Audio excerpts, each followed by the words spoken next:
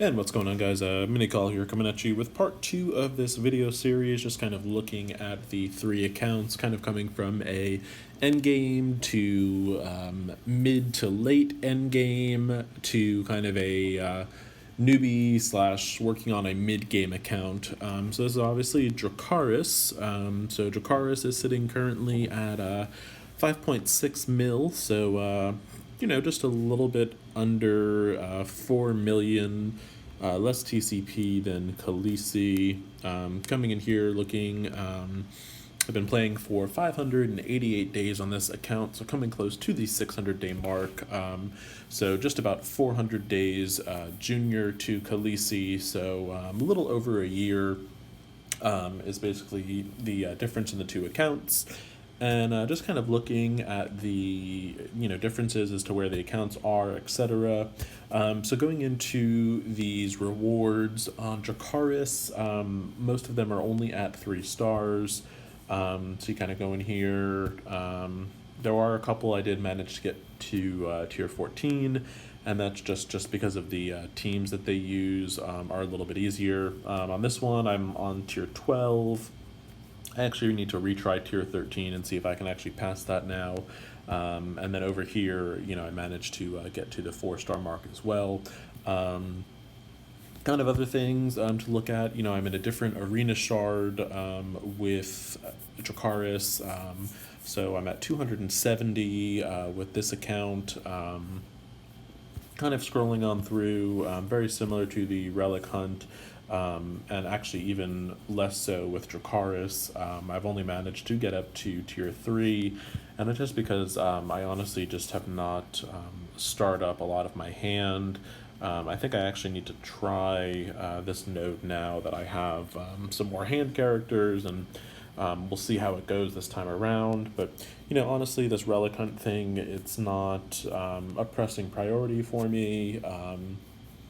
And just for the most part, most of these events that occur this way that kind of only happen once a month, I've never found them to be a particularly good source of resources, just because the amount of investment you have to put in to the characters to be able to get to these higher levels, and then the fact that you only get the rewards once a month, it just doesn't really, I don't know, it's never been a top priority for me.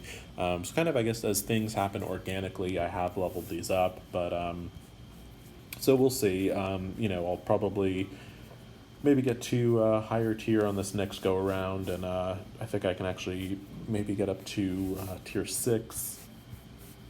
I'm just kind of looking at this. 1, 2, 3, 4. So I only have 4, so I could probably maybe get up to tier 5.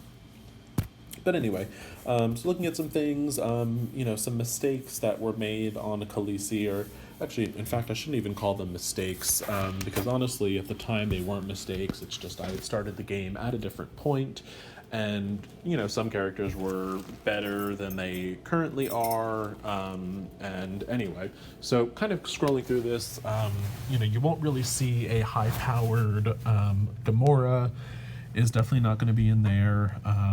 You will see my defenders are pretty high on this account, and the reasoning behind that is when I started this account, it was right about the time that synergy really became a thing, and prior to that, teams didn't have any synergy, so it was basically just the highest team power won, and there was really kind of no rhyme or reason. So you were looking at, characters that had like evade or, stuff like that. So like Nebula was really kind of a cool character. You looked for characters that could summon things.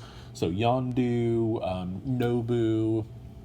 But anyway, so when they introduced Synergy to the game, one of the first teams that really dominated very early on was the Defenders.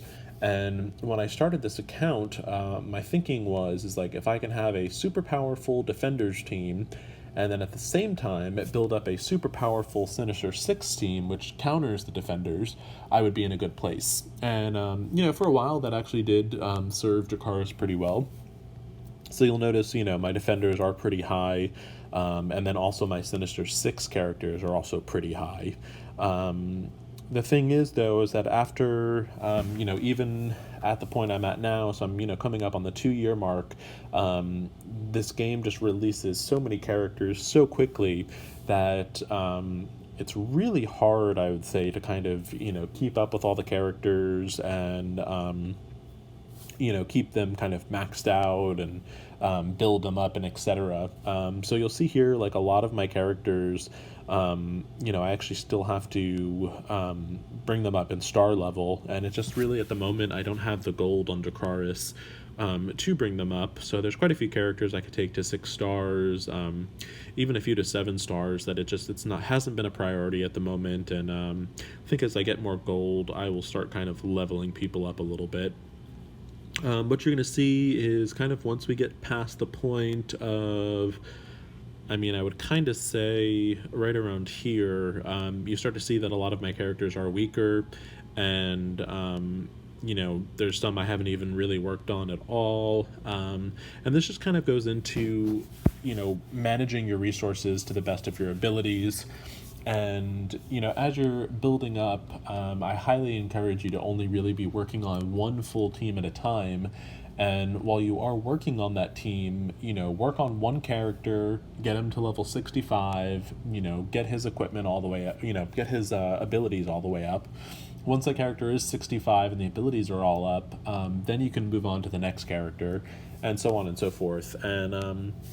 And by doing that, you will eventually get to the point where you have an abundance of your T1s. So you'll see here I have 12,000 of those.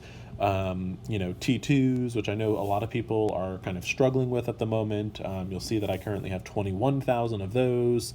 And, even T2s, I'm at 25,000. So that's just kind of proper, or not proper, but kind of the best use of my resources.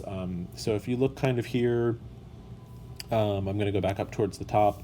So what I'm currently working on is I'm finishing up my symbiotes and getting them to gear tier 14, just so I can take them into Dark Dimension 3 for the city nodes. And kind of while I'm doing that in tandem, because I'm basically only farming orange gear at this point, and there's only so many nodes of orange gear. So once I've run out of the orange gear for the symbiotes, I then move on over to my Pim Tech. And Pim Tech, I am also working to get towards gear tier 14. Combination of, I think this will make my second pass through in Dark Dimension 3 a lot faster. But then also, the plan is to take them into Dark Dimension 4, and I think that'll kind of be a really smooth kind of go through.